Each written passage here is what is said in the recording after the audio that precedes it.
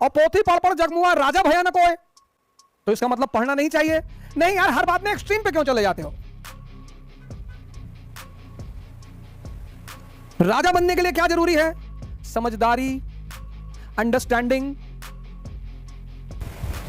राजा बनने के लिए क्या जरूरी है? समझदारी, अंडरस्टैंडिंग। और अंडरस्टैंडिंग को डेवलप करने का जो सबसे बड़ा सोर्स है वह है पढ़ाई। और कंपटीशन में पढ़ाई चेक नहीं की जाती, अंडरस्टैंडिंग चेक की जाती है। इसलिए जो लोग सिर्फ पढ़ने पर ध्यान देते हैं वो कंपटीशन में सफल नहीं होते। बोलो सत्यनारायण महाराज की जय। चाचा, पोथी पढ़ पढ़ जग मुआ राजा भयानक होए। इसलिए गुरुद्वारों में जाकर देखो, आदि ग्रंथ रखी हुई है। आदि ग्रंथ। गुरुद्वारा जाना चाहिए, सबको जाना चाहिए। गुरुद्वारा तो सबको जाना चाहिए, गुरु के द्वार। और गोल्डन टेंपल तो जाना ही चाहिए सर। और वहां का जो पानी है सर, वो अमृत है सर। 72 संत अरहत हुए हैं वहां पर, उस जगह पर। 1 घंटा बैठ जाओगे तो असीम से जुड़ाव पैदा हो जाएगा। लेकिन वो जो आदि ग्रंथ रखी है उसको जिंदा कौन करेगा? गुरु। वो सुखमनी साहब के तार खोलेगा। सुमिरन करो, सुमिरन सुमिरन सुमिरन सुमिरन। किसका? सांसों का। सांसों की माला से सुमरू मैं पीकाना। बहुत बड़ी बात बता रहा हूं, जितने लोग कंपटीशन की तैयारी कर रहे हैं, पढ़ पढ़ के मरे जा रहे हो। पढ़ो किसके लिए? समझदारी विकसित करने के लिए। राजा बनने के लिए क्या जरूरी है? समझदारी। समझदारी विकसित करने के लिए सबसे सही चीज क्या है? पढ़ाई। परीक्षा कंपटीशन में किस चीज की जांच होती है? समझदारी की। इसलिए कुछ लोग 14 घंटा पढ़ते, 15 घंटा पढ़ते, 16 घंटा पढ़ते, फिर अमर हो जाते हैं। 20 घंटा पढ़ते हैं, फिर अमर हो जाते हैं। पढ़ते बहुत हैं पर समझदारी विकसित नहीं हो पाती।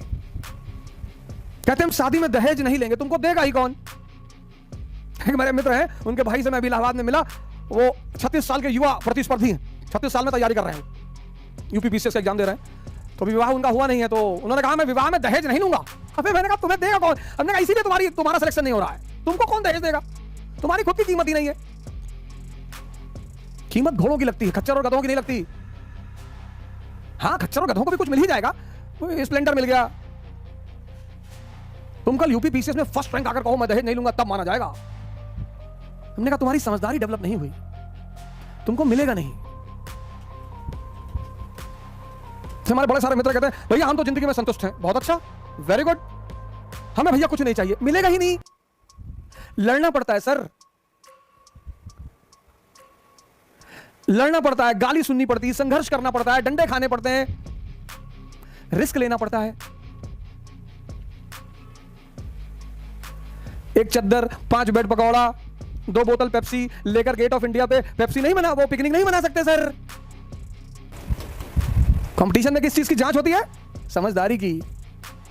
इसलिए जितने लोग सिर्फ पढ़ाई पर ध्यान देते हैं वो फंस जाते हैं, सिलेक्शन नहीं होता। उनकी जानकारी बहुत होती है। अकबर के पूरे खानदान के बारे में बता देंगे, कितना कुत्ता पाला था, कितना गधा रखा था, कौन से रंग का कपड़ा, सब बता देंगे। मैं एक बार गोरखपुर पढ़ाने गया तो एक छात्र ने मुझसे पूछा कि सर, मैंने कहा जी क्या हुमायूं बताइए कौन से दिन कौन सा कपड़ा पहनता था? वो बड़ा ज्योतिष में विश्वास रखता था। बाद में मैंने पढ़ा उस बात को, तो मैंने देखा कि वो ज्योतिष में बड़ा विश्वास रखता था, तो वो दिन के हिसाब से कपड़े पहनता था। मैंने कहा भैया इतना मालूम। बड़ा उस लगे चेहरे पे अजीब सी मुस्कुराहट थी क्लास में, और तन बन के बैठा हुआ था ऐसे कि देखा मास्टर का हालत खराब कर दी। पूरा 5 साल से तैयारी कर रहे हैं, अभी तक है, अभी शायद कहीं टीचर उचर में हो गया उनका। समझदारी पर ध्यान दो, समझदारी पर। संघर्ष को मस्ती बना लो, और हिंदुस्तान में तो जरूर बना लो, क्योंकि यहां जितनी टांग खिंचाई होती है, और अपने ही करते हैं सारे, अपने सारे। जिस दिन तुम नकाब हटाकर देखोगे ना, सब अपने लोग मिलेंगे। लेकिन अच्छा है सर, अच्छा है। कृष्ण को सबसे ज्यादा चुनौती किससे है सर? कंस से। मामा है सर। कृष्ण को सबसे ज्यादा गाली दे कौन रहा है? शिशुपाल, बुआ के लड़के हैं सर। लड़ाई कोई भी हो सर, यही असली हथियार हैं। और जिंदगी मतलब युद्ध। ये ऐसे हथियार हैं सर, डेयरनेस, कॉन्फिडेंस,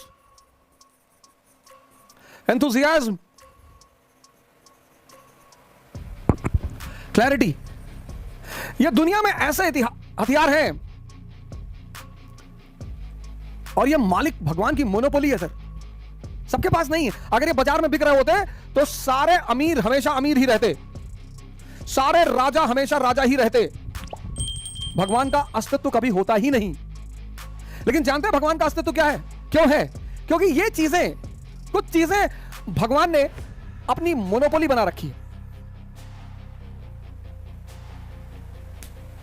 बहुत लोगों को मैंने देखा वैगनार पे पीछे लिखा रखा है गॉड्स गिफ्ट। अरे यार कैसी बेइज्जती वाली बातें कर रहे हो, भगवान को देना होगा वैगनार देगा, ये देगा। ये जो गैलेक्सी कंट्रोल कर रहा है, यूनिवर्स कंट्रोल कर रहा है, सोलर सिस्टम कंट्रोल कर रहा है, वो वैगनार गिफ्ट में देगा। एक प्लेनेट दे देगा, बहुत खुश हो जाएगा आपसे, तो और ज्यादा खुश है तो सोलर सिस्टम दे दिया, एक गैलेक्सी का मालिक ही बना दिया। ये गाड़ी वाड़ी में मत लिखा करिए गॉड्स गिफ्ट, ये बेइज्जती है उसकी। हर आदमी अपने हैसियत के हिसाब से गिफ्ट देता है, और भगवान की ये मोनोपोली है। उससे धन नहीं मांगना चाहिए, उससे कार नहीं मांगने चाहिए, उससे विवाह के लिए प्रार्थना नहीं करनी चाहिए, बच्चे के लिए, ये सब मानवीय कृत्य ये मानव खुद करने चाहिए,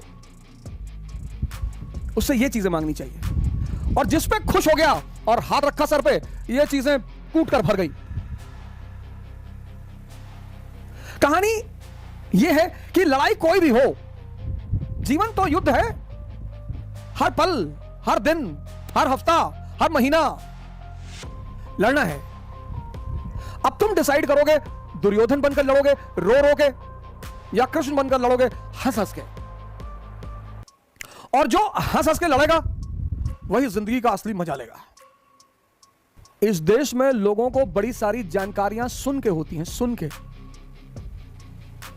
भैया मुसलमानों ने हमारे मंदिर तोड़ दिए, अच्छा तो तुम लोग क्या कर रहे थे, देख रहे थे खड़े होके? भाई महमूद गजनी अगर आता रहा होगा तो 50,000 लोग लेकर आता रहा होगा, बहुत आता रहा होगा, और तुम यहां 50 लाख, तो तुम खड़े होकर देखते थे कि मजीरा बजाते थे, कि ढोल लेके बजाते थे? 50 लाख लोग मिलकर पीट दिए होते उसको। अपनी कमी नहीं देखोगे कि हम बिखरे हुए थे, हम टूटे हुए थे। 1000 AD की जो किताब है सबसे प्रमुख, पृथ्वीराज रासो, उस सामंतवाद काल की जो सबसे प्रमुख किताब है चंद्रबरदाई की, उसकी एक लाइन है, क्यों निरप होए हमें कहानी, कोई भी राजा हो हमारे ऊपर क्या फर्क पड़ता है। 80% जनमानस सामंतवाद के नीचे दबी हुई थी, कुचली हुई थी, पीड़ा से गुजर रही थी। क्यों निरप होए, क्यों निरप होए हमें कहानी, कोई भी राजा हो हम पर क्या फर्क पड़ता है, जब हमें पीड़ित ही होना है, सताया ही जाना है। वही चंद्रबरदाई लिखता है, जाकी बिटिया सुंदर देखी तापर जाए धरी तलवार। ये सामंतवादी काल में बाल विवाह क्यों शुरू हुआ, ये चंद्रबरदाई लिखता है। पृथ्वीराज रासो की लाइन है ये, जाकी बिटिया सुंदर देखी तापर जाए धरी तलवार। अपनी कमी तो कभी नहीं मानोगे, अपनी गलती तो कभी नहीं मानोगे, और जिस दिन इस देश के जनमानस ने अपनी गलतियों को मानना शुरू कर दिया, उस दिन इस देश को महानता से कोई नहीं रोक पाएगा। जिस दिन मुसलमानों ने इस बात को मानना शुरू किया कि यार हमसे गलती तो हो रही है, अपनी तरफ देखो, अपनी तरफ। जब भी तुम हारो, जब भी तुम गिरो, हमारे एक मुस्लिम दोस्त कहते हैं यहूदी हमारे आदिम काल से दुश्मन है। आदिम काल से? अबे तुम 7th सेंचुरी से तो तुम्हारा इतिहास शुरू है, आदिम काल से कहां तुम्हारे दुश्मन है? दुश्मनी कौन करता है? मूर्ख। फूल्स हैव एनिमीज। बड़ा अजीब सी बात लग रही होगी आपको। मूर्खों के दुश्मन होते हैं, मूर्खों के। काहे की दुश्मनी? और आम आदमी के दोस्त होते हैं, और महान लोगों के या तो फॉलोअर होते हैं या विरोधी होते हैं। जितने लोगों को तुम नफरत करोगे उतने लोग तुम्हारे यहां दिमाग में बैठे रहेंगे, और जैसे याद आएगी तैसे कहोगे शरीर जलने लगा। किसी के विकास को रोकना है ना, उसको नफरत करना सिखा दो। किसी के विकास को रोकना हो, उसको नफरत करना सिखा दो, और 10 लोगों से सिखा दो। मार डालो, नफरत मत करो। नफरत एक ऐसा जहर है, नफरत किसी से मत करो। इसलिए दुनिया का एक बहुत बड़ा सिद्धांत है, there are no permanent friends, no permanent enemies, permanent interest. तो मुकेश अंबानी जी हैं, आज मोदी जी उनके दोस्त हैं, रिश्तेदार हैं, भाई हैं। कल अगर सौभाग्य से कोई और प्रधानमंत्री बनेगा। सचिन पायलट जी बन गए प्रधानमंत्री, बड़े योग्य उम्मीदवारों में से हैं।